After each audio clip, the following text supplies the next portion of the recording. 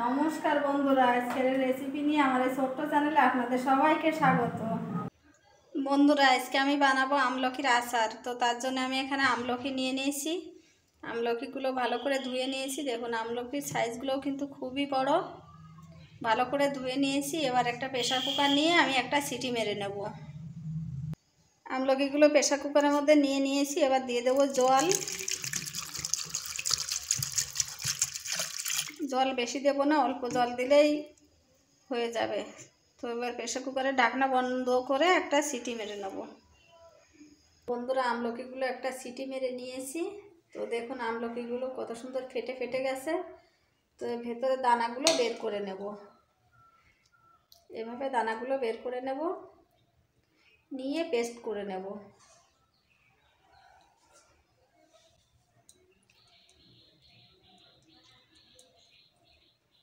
সব দানাগুলো ছাড়িয়ে নিয়েছি। দেখুন কত সুন্দরভাবে দানাগুলো বের করে নিয়েছি। এখানে দিয়ে দেবো একটু আদা।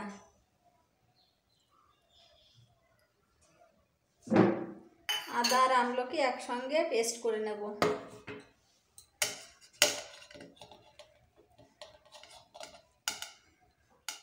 তো বন্ধুরা, আমলকিগুলো পেস্ট করে নিয়েছি। তো আচারটা বানানোর জন্য আমি কড়া বসিয়ে দিয়েছি। কড়াতে প্রথমে আমি একটু মশলা বানিয়ে নেব। নিয়ে নিয়েছি আমি এখানে 1 চামচ পরিমাণ মৌরি, আর দিয়ে দেবো 1 চামচ পরিমাণ পাঁচফোড়ন। এই দুটো একসঙ্গে একটু ভেজে নেব।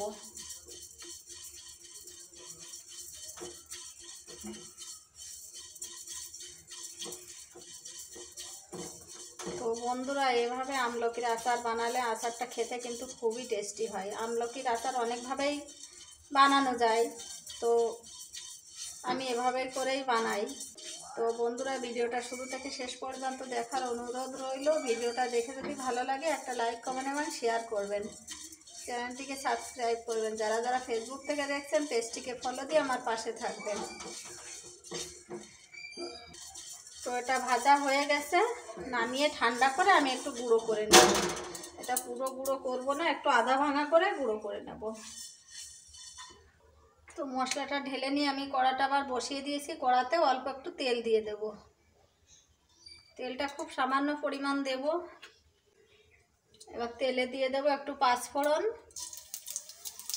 দিয়ে দেবো একটা শুকনো লঙ্কা 2 টুকরো করে নিয়েছি।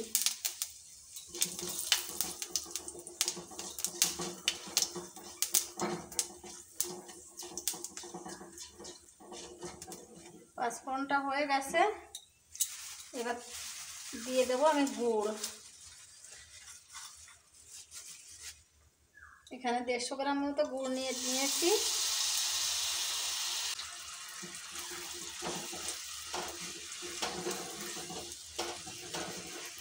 গুড়টা গলে যাওয়ার দিয়ে অপেক্ষা করব। এভাবে করে আচারটা বানালে আচারের কালারটা খুব সুন্দর আসবে। এবার আমলকির পেস্টটা দিয়ে দেব।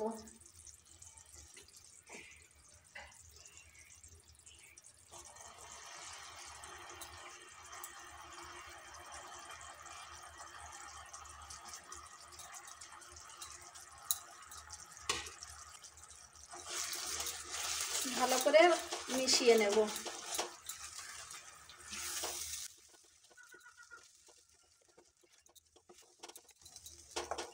খুব সুন্দরভাবে গুড়ের সঙ্গে আমলকির পেস্টটা মিশিয়ে নিয়েছি।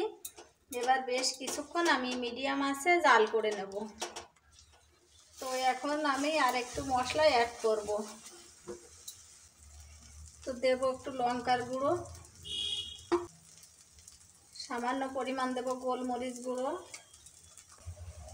স্বাদ মতো দেব লবণ। এবার সবগুলো একসঙ্গে মিশিয়ে নেব।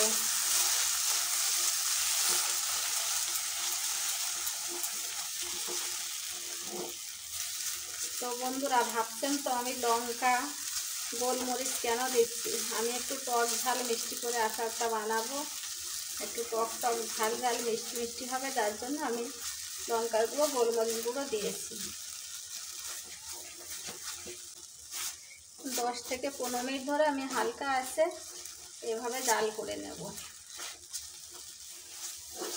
বন্ধুরা 15 মিনিট ধরে আমি জাল করে নিয়েছি। তো দেখুন আচারটা পুরোপুরিভাবে রেডি হয়ে গেছে।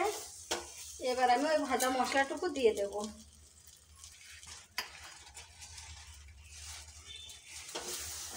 ভালো করে মিশিয়ে নেব।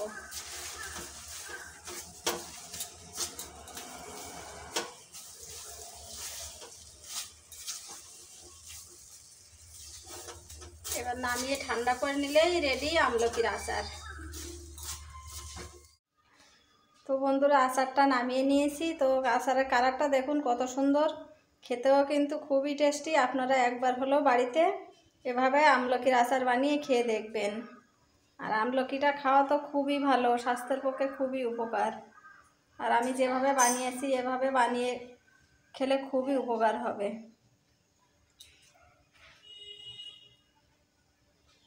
তো বন্ধুরা ভিডিওটা আজকের মতো এখানে শেষ করলাম। নমস্কার, সবাই ভালো থাকবেন, সবাইকে ভালো রাখবেন।